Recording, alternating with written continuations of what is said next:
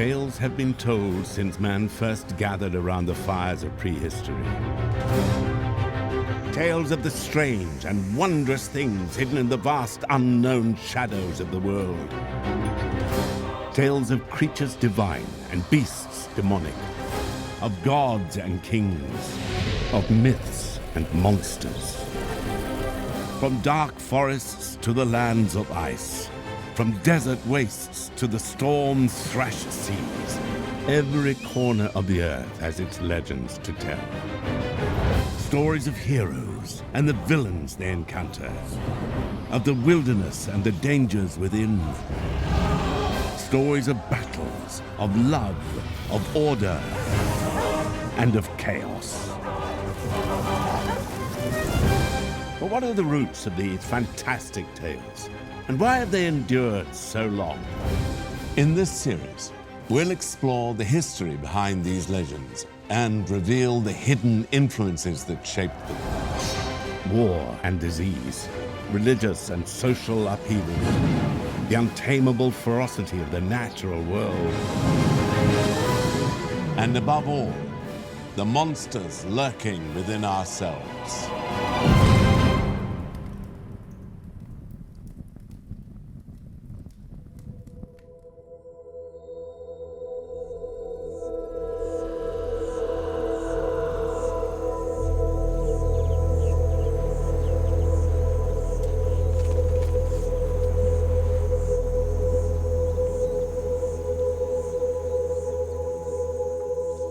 For most of our existence on Earth, humans were hunter-gatherers. We foraged for survival, living on what we could scavenge, always on the move.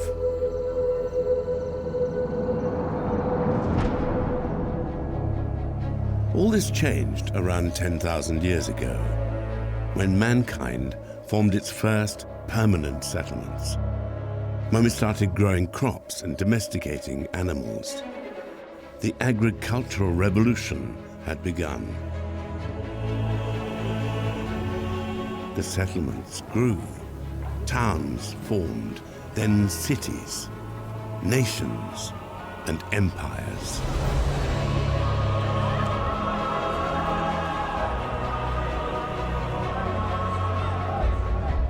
But it took more than living side by side to form a community. Shared traditions and beliefs were needed, and shared stories.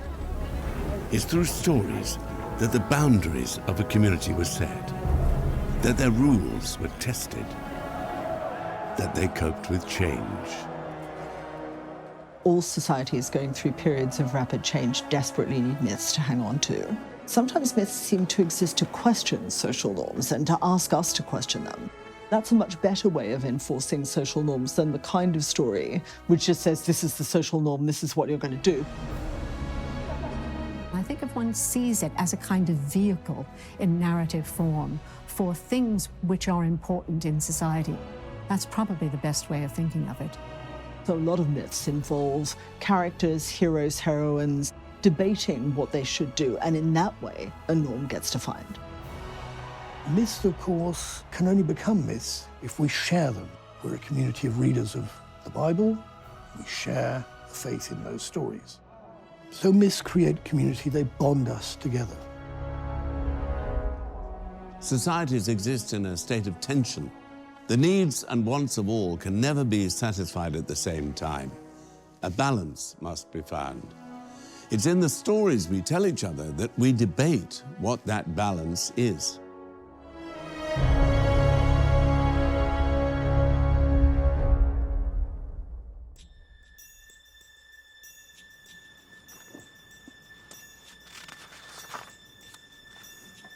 The laws of the kingdom were clear,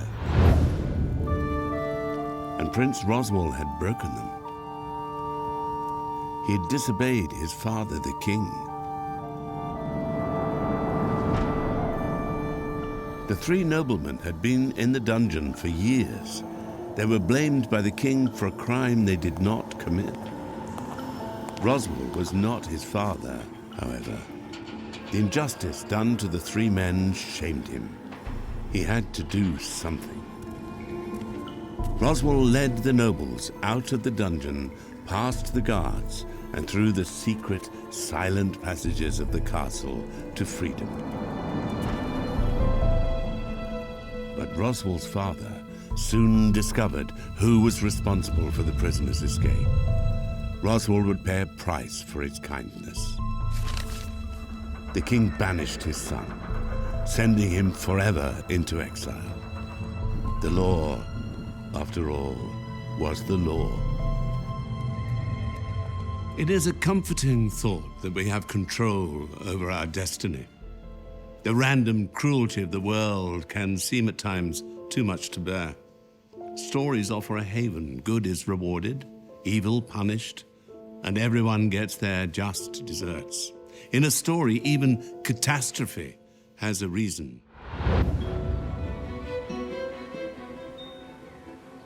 The rivers of central Germany carve through field and hill on their journey to the distant sea. For centuries, these waterways have borne goods and people up and down the country. Riverside towns grew rich on the back of this trade. One of those settlements was the town of Hamelin. Hamelin was an important center for the shipping of grain. It was on the Weser River. It got lots of grain coming in, it milled it, and it shipped it out. So it was one of the relatively new towns, which were becoming very, very important. Much like all German towns of that age, it would have had a social structure. It would have had a class of Bürger, what we would call bourgeoisie, that is to say, qualified citizens of the town. It would have been dominated by guilds rather than aristocrats. So one would begin to see the sort of structure that would eventually evolve into the modern city. Hamelin is most famous, however, for the story of the Pied Piper. It's one of the best-known tales of the Brothers Grimm. In their telling, Hamelin was wealthy and thriving. Its citizens lived happily in their fine grey stone houses, until an infestation of rats inflicted misery on the town. This black swarm of vermin attacked barns and storehouses. They gnawed on wood and chewed through cloth. Try as they might, the people could not rid themselves of the plague. Salvation seemed to come in the figure of a mysterious piper. He lured the rats into the river with a magical song. But when the town refused to pay him what was promised, the piper swore revenge. Returning to the town, he played his song once more. But this time, it was the town's children he entranced. He marched them out of Hamelin and into a mountain cave. Neither piper nor children were ever seen again.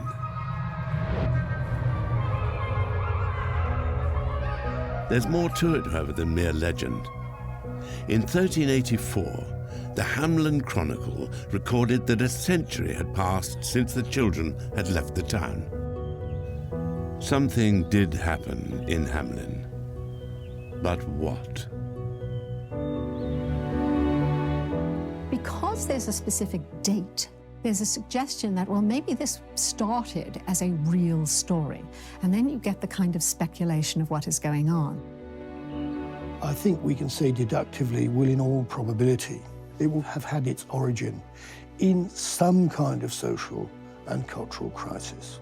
That's what the stories are there for. They're there to resolve that crisis. What kind of crisis might that have been? Well, we don't know. We can speculate. Some suggest that a disease or famine must have struck Hamelin. The piper was symbolic of the death which carried the town's children away. Others have linked the story to the dancing plagues of medieval Europe. This bizarre trend saw thousands of people dance together in a state of frenzy until collapsing from exhaustion. A more convincing theory is that the legend of the Pied Piper is a story of migration.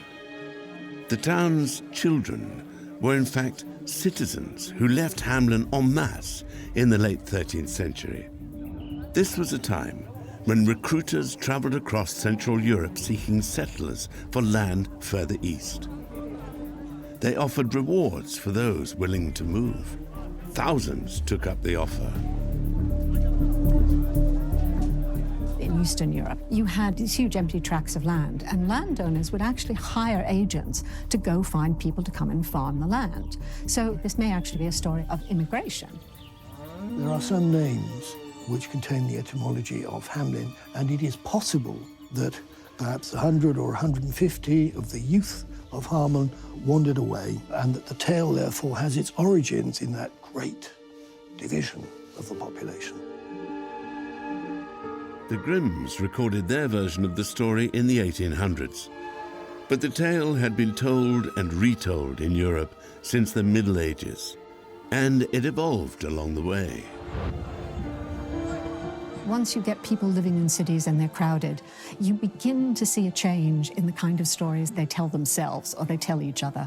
There are no rats in the original story. The idea of the bargain comes in even slightly later. Then by the time the 19th century comes along, you begin to get a much more sentimental thing, the little lame boy or the little blind boy, depending on the version, who can't keep up with his fellows, and therefore, the mountain closes before he can get there. So it's a wonderful example of how myths will change as society changes. The story The Pied Piper is one of social norms broken.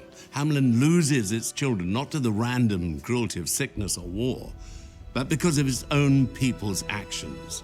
They broke their agreement with the piper. Their greed and dishonesty are responsible for the disappearance of the children. In times scarred by war, starvation, and disease, the sense of control the story implies must have been comforting. Avoid Hamelin's mistake. Obey the rules of society, and catastrophe can be prevented.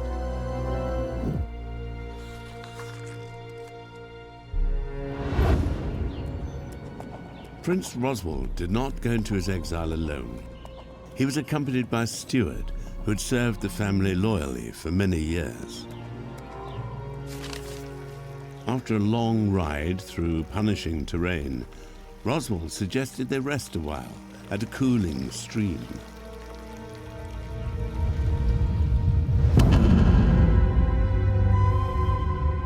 A sharp blow sent Roswald crashing unconscious to the ground.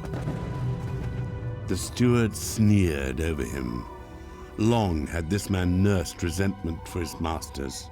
Long had he cloaked his ambitions. Roswald's parents had given him gold enough to live in princely fashion. The wicked steward took it all. Donning Roswald's fine garments, the steward rode away with a prince's fortune and a prince's name. Poor Roswald was left for dead. Not all lawbreakers are as unpleasant as Roswald's treacherous steward. The good thief is an archetype found in cultures around the world. This rogue may break the laws of the land, but only to follow a higher code. In rebelling against the existing social order with all its flaws and inequalities, the good thief holds out the promise of something better.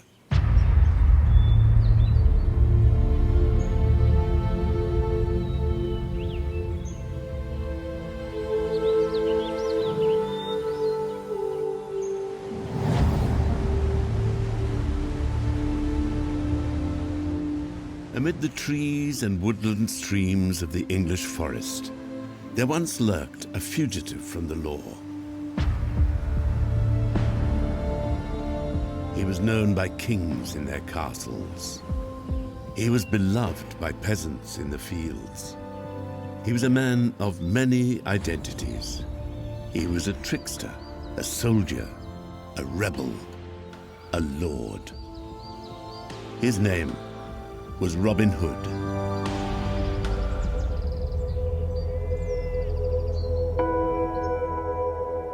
Since emerging in the 14th century, Robin has become one of the world's most famous and enduring legends.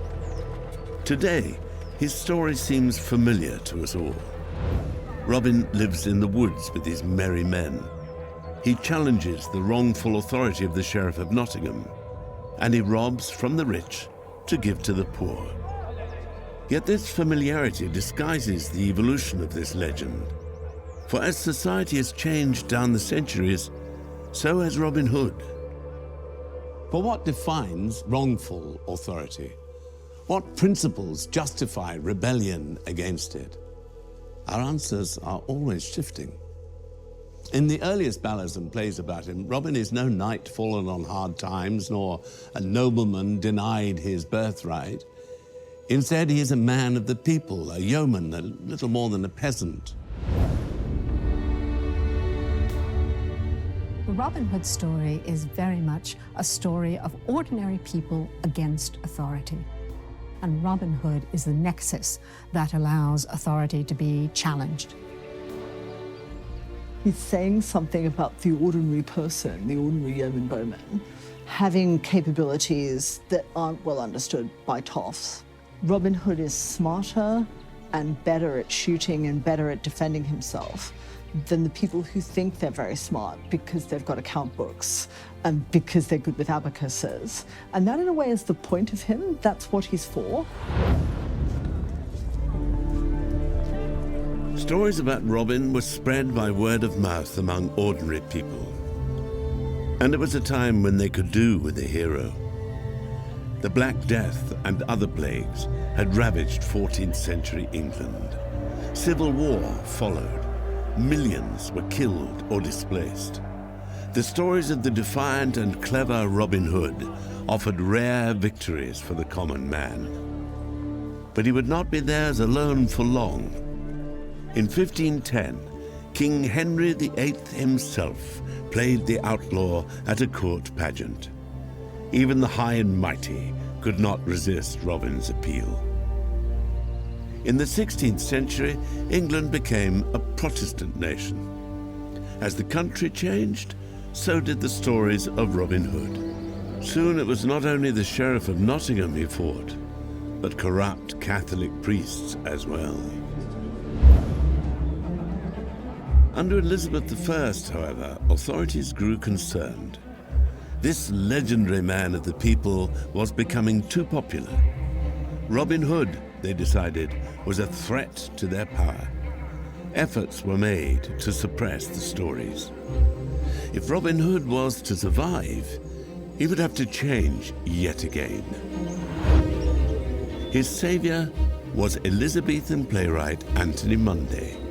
He transformed the outlaw from a yeoman into the Earl of Huntingdon, a fallen member of the aristocracy. This changed the target of Robin Hood's rebellion. In Munday's telling, the outlaw's conflict was only with corrupt authority. Now, a member of the aristocracy himself and a loyal servant of the true king, Robin became a representative of legitimate authority. And every time he defied the rulers of his fictional world, he reinforced the social structures of the Elizabethan. The next great shift came in the 19th century. The 19th century gets really keen on the medieval past. It's called medievalism. And this takes lots of different forms, like William Morris goes around trying to replicate medieval interiors and the look of medieval books, for example. You've got Tennyson writing poems about King Arthur, Idylls of the King and the Morte Arthur. And Robin Hood's sort of part of that. People like Walter Scott rewrite the legend to bring it into line with the 19th century's idea of what the Middle Ages were. Robin becomes a literary figure, a popular figure. And once that happens, you get this romantic Robin Hood, who is very much loved by all. He's loved by women, he's very, very charming, he's loved by good men. He's a true monarchist, which is very important in the expanding English Empire. It was a time of urbanization, industry, and empire building. Its Robin Hood stories mingled nostalgia for a simpler medieval age with a muscular Victorian nationalism. The 19th century saw the popularity of the Robin Hood legend spread far beyond England. And in the 20th century, he would reach Hollywood. Since his early appearances in silent film, there have been dozens of screen adventures for Robin Hood. These depictions vary decade by decade, but they always question pressing issues of the day. In the 1920s, it was American isolationism. In the 30s, the Depression and Roosevelt's New Deal. In the 1950s, Britain's post-war reconstruction was the unspoken backdrop. In the 1970s, its tired decline. The 90s saw a new, more international Robin Hood with allies of different races and creeds. And we continue year after year to revisit the story and recraft it for our own age. For the appeal of Robin Hood seems undimmed by time. There's something immensely attractive about being an outlaw in connection with trees. I think it's just the idea of living in a world where you don't have to work, but where you have all kinds of important skills, and you're living in this kind of almost Edenic nature. We like bad boys, and I think this is what the Robin Hood legend sort of attracts us to, in that he's a bad boy with a heart of gold. So there's something very, very attractive about him.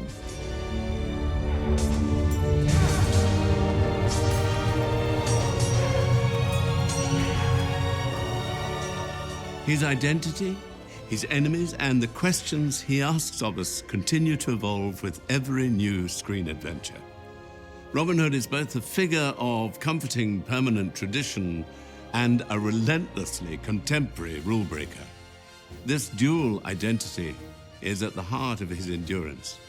It is through constant evolution that Robin Hood maintains his foothold in our imagination.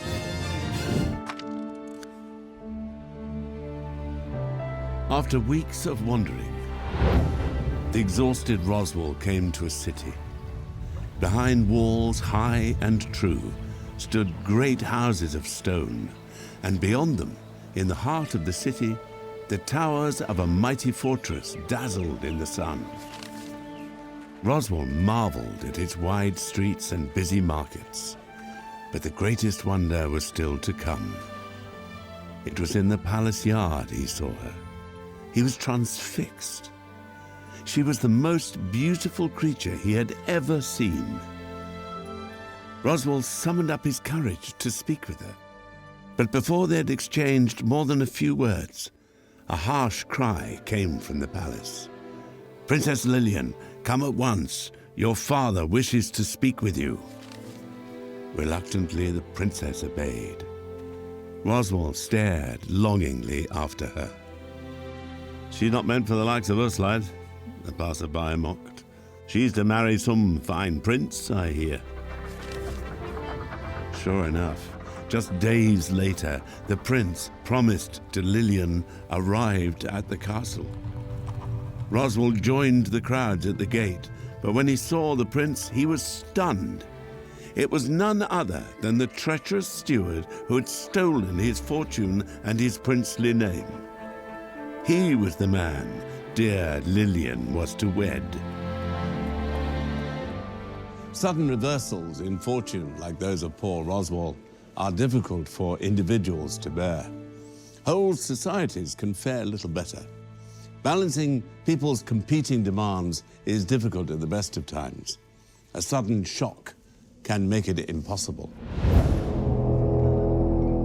One such shock came in the 16th century. In 1517, German monk Martin Luther defied the teachings of the Catholic Church. He ignited a religious revolution. The Reformation had begun. Soon, Europe was divided as never before. Families, communities, and nations were split, Catholic and Protestant. wars of religion scarred the continent, and the bloodiest of all was the 30 Years' War. With almost 8 million casualties, the conflict was one of the longest and most destructive in European history. It began in the Holy Roman Empire, a fragmented land of tiny kingdoms and principalities. All of these little kingdoms were caught up in a stupendous war about whether Catholics or Protestants should succeed to one of these little kingdoms. But all of them ended up getting involved, and it started in 1618, and it just banged on and on and on. This was the epoch of the war which proverbially laid waste to Germany. Germany was the theatre of war for all of Europe. The pretty normal experience was for the other side to ride into your village and just kill everybody, and I really mean everybody. That kind of nightmare experience became quite commonplace and must have altered people's sense of the world.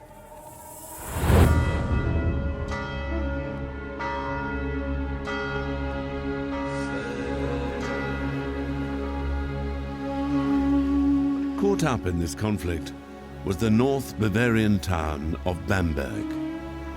It was a town built at the meeting of two rivers, 40 miles downstream from Nuremberg. It had grown in the shadow of a mountain fortress, but at its heart was the church.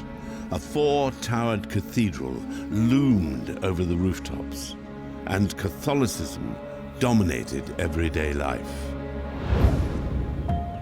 Bamberg in the early 17th century was a typically South German, typically Bavarian place. It would have had a strongly established Roman Catholic culture.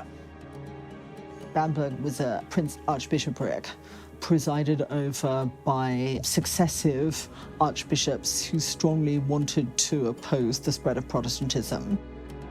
It defined itself over against the newly established and threatening Protestant culture just a few leagues up the road. In 1623, Johann Georg von Dornheim became the city's prince-bishop. Von Dornheim was a Jesuit. He was utterly committed to the Catholic Church and obsessed with pushing back Protestantism. The bishop was a rather extreme character, even by the standards of his day. He appears to have exploited his office as Prince Bishop of Bamberg to apply the most rigoristic form of witch hunting. Witch hunts were not new in Bamberg. They had taken place under several of von Dornheim's predecessors. But von Dornheim took the practice to extremes. Not for nothing was he dubbed der Hexenbrenner, the witch burner. Hundreds were accused, put on trial, and executed. In 1627, von Dornheim ordered the construction of the Witch House. This special prison had 28 cells and torture chambers. It was here he secured his confessions.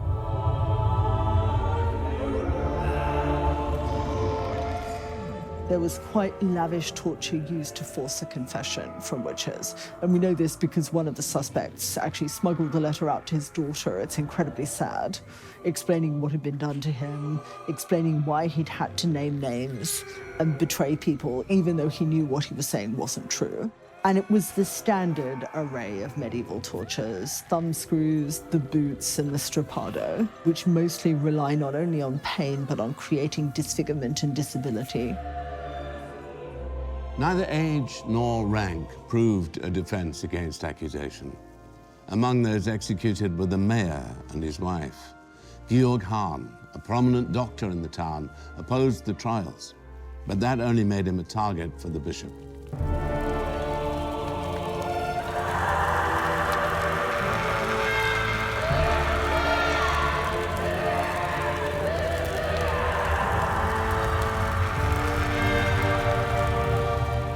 Hahn, his wife, his son, and 2 daughters were all burned at the stake.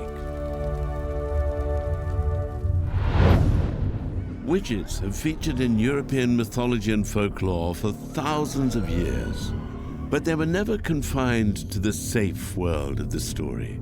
Many believed in sorcery and blamed it for misfortune in their everyday life. There has never been a society that didn't have at least a residual belief in witchcraft. It's not a recent thing. It doesn't suddenly bound into existence in the 17th century. What happens, though, and this is important, in the 15th, 16th, 17th centuries, people started trying to prosecute everyone who they thought was guilty of witchcraft. And by the time of the Bamberg trials, it was a serious matter for the secular courts, with capital punishment to follow. The theological and legal foundation for witch trials was found in a book published in the late 15th century. The Malleus Maleficarum, or Hammer of the Witches, defined witchcraft as a pact with the devil and laid down ways to combat this alleged evil. The prosecution of witches was not restricted to Germany, however. Similar trials took place throughout Europe. Both Protestant and Catholic communities took part. In a tiny village in Sweden, more than 70 people were beheaded in a single day. Hundreds were killed in Scotland, and the Spanish Inquisition accused thousands. A moral panic was gripping Europe.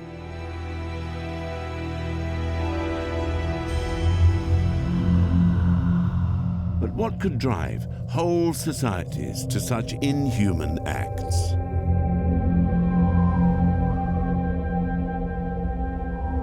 For hundreds of years in the Middle Ages, Europe benefited from long summers and mild winters. Crops were plentiful, and the seas free of ice. But this medieval warm period did not last forever. By the 16th century, Europe had become colder.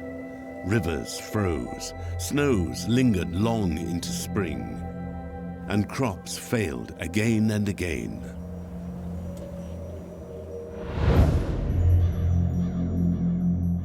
There was widespread famine.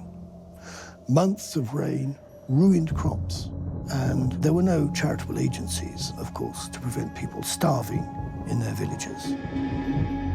What people thought they knew about the weather was constantly violated, and that upset them terribly and made them feel that something was causing all this. People are very reluctant to believe that nature is as changeable as it actually is. If your harvest fails for 1 year, but then another year, and then another year, these things appear to be against the course of nature. Because they appear to be unnatural, of course, it's natural for the collective mind to seek a supernatural reason for it. It's that kind of collective thinking which surely would have played a significant role in the collective fury of the witch hunts. The Bamberg trials finally ended after the Swedish intervention in the 30 Years' War. King Gustavus Adolphus invaded Germany in defense of Protestantism. In February of 1632, his forces neared Bamberg. The Bishop von Dornheim fled. The remaining prisoners in the witch house were released. They were told never to speak of the torture inflicted upon them. The trials in Bamberg are a frightening example of what can happen when society turns on itself, when it seeks out the saboteurs and the enemies within, when it embarks on a witch hunt.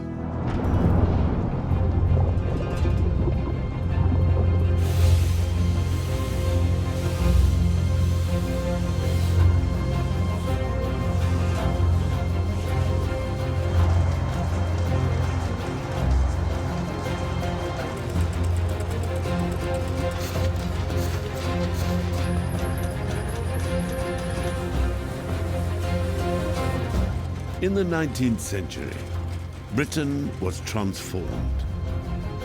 A steam-powered revolution was underway. Railways cut through the countryside. Chimneys pierced the sky. The roar of metal-toothed machinery filled the air, and black smoke veiled the heavens. The Industrial Revolution made Britain a global superpower. It reshaped the landscape of the country, and it altered the lives of its people forever. Although creating great wealth and beginning to improve living standards of even the poorest, this new age of industry was also disrupting established ways of life. Old jobs were disappearing and towns were swallowing up people in their thousands. The cities were transformed by factories and mills. They became dark and dirty. People started doing what we would now think of as a really long workday, actually. They typically were roused by the factory siren at sort of 7 in the morning and didn't stagger home again till 6 at night. When you get new communities, you really have to create myths and legends that allow people to deal with that environment and allow people to identify themselves with that environment. Once you've got people living in the rookeries, they're going to start trying to make up stories about where they are, and they're going to start trying to incorporate this nightmare landscape of thick smoke and fog and blackened buildings and hungry children into their mythology as a way of coping with it. There aren't the certainties of the old small communities where everybody knew everybody. So the Industrial Revolution was a great sort of upset to old communities, but it also created new communities. And it's the transition between the old and new communities where you get a lot of new legends and myths starting to emerge.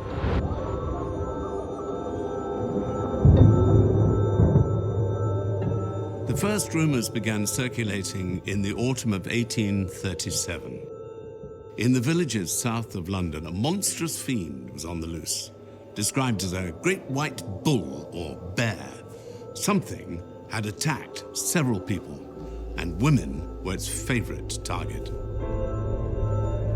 As the rumors spread closer to the heart of the city, the strange creature's form shifted. It became more human and all the more frightening.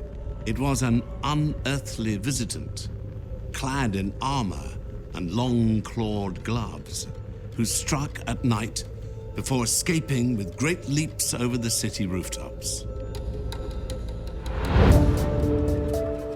By early 1838, authorities could no longer ignore the phenomenon.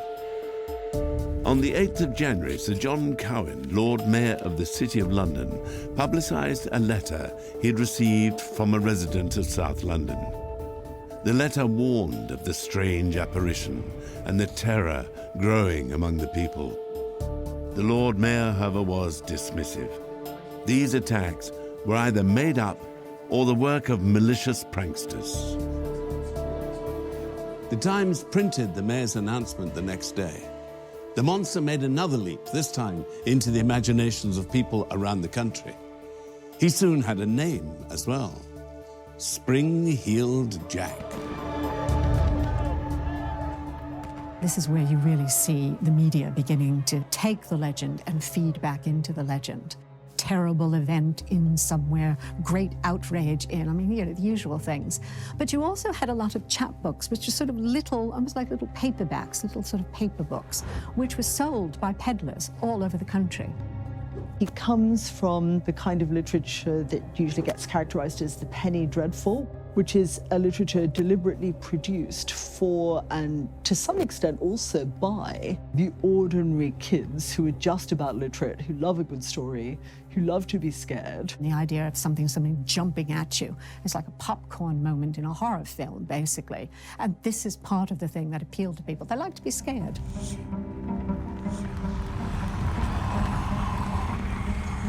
Spring-Heeled Jack was a blend of the old and new. He was a figure reminiscent of ancient superstition, yet was strikingly modern in his appearance. Whether the attacks were real or fabricated in many ways doesn't matter. The fact that the stories spread so quickly and were believed by so many reveals an anxiety at work in Victorian society. For with his metal claws and furnace mouth, Spring-Heel Jack was the dark personification of this new industrial urban world, a new demon hidden among the anonymous masses of the city.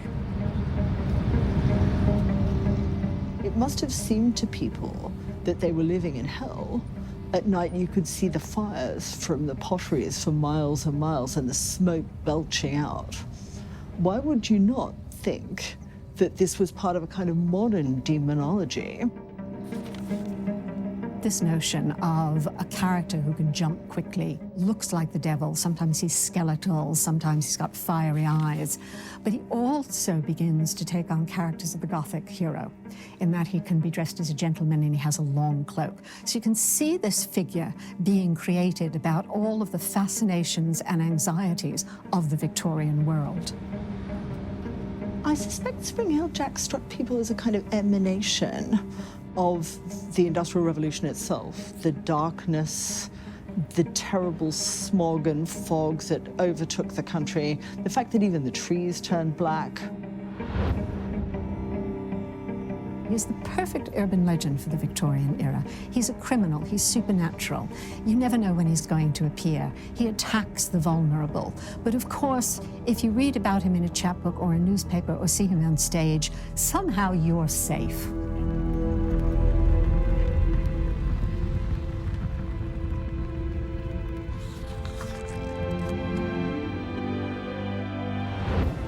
Three days of jousting were announced to celebrate the nuptials of Princess Lillian. The crowd roared as the jousts began. But sitting in the royal box beside her husband-to-be, Lillian could not muster even a smile. Across the tourney field, the miserable Roswell paid little heed to the spectacle either. When the jousting came to an end, the victors paraded down the ground.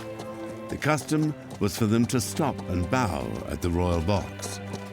But not this day. Instead, the three knights ignored the impostor prince and rode on towards the other side of the ground. There, among the common people, they found Roswell. It was to him they bowed. Roswell was stunned until the knights removed their helmets. They were the noblemen he had freed from his father's dungeon. They denounced the impostor in the royal box and proclaimed Roswell the true prince. "Arrest them!" the steward cried, but nobody moved. "Arrest them!" The more he shouted, the less princely he looked. Instead of the royal bride he hoped for, the steward received a traitor's death. His head was left to rot above the city gates. Reclaiming his royal title, Roswell married Lillian. The happy kingdom they inherited lived in peace and justice all the rest of their days. With roots in earlier folklore, the story of Roswell was a popular one in 16th century England and Scotland. It was a tale of social order uprooted and then restored. An attractive proposition for many in what was a time of religious upheaval and national uncertainty. For change is often frightening. Too much can tear society apart, but too little and society withers. In times of change, stories can be a comfort to cling to or a tool to probe with. They can be a reminder of shared history or a vision of a possible future. The best of them have lingered in our memory for centuries. The tensions in society reflected by those tales have not disappeared completely, however. We remain a jumble of contradictions just about muddling by. But as was ever the case, is in the stories we cherish, in the legends we believe, and in the myths we retell, that those contradictions are debated and our values are tested.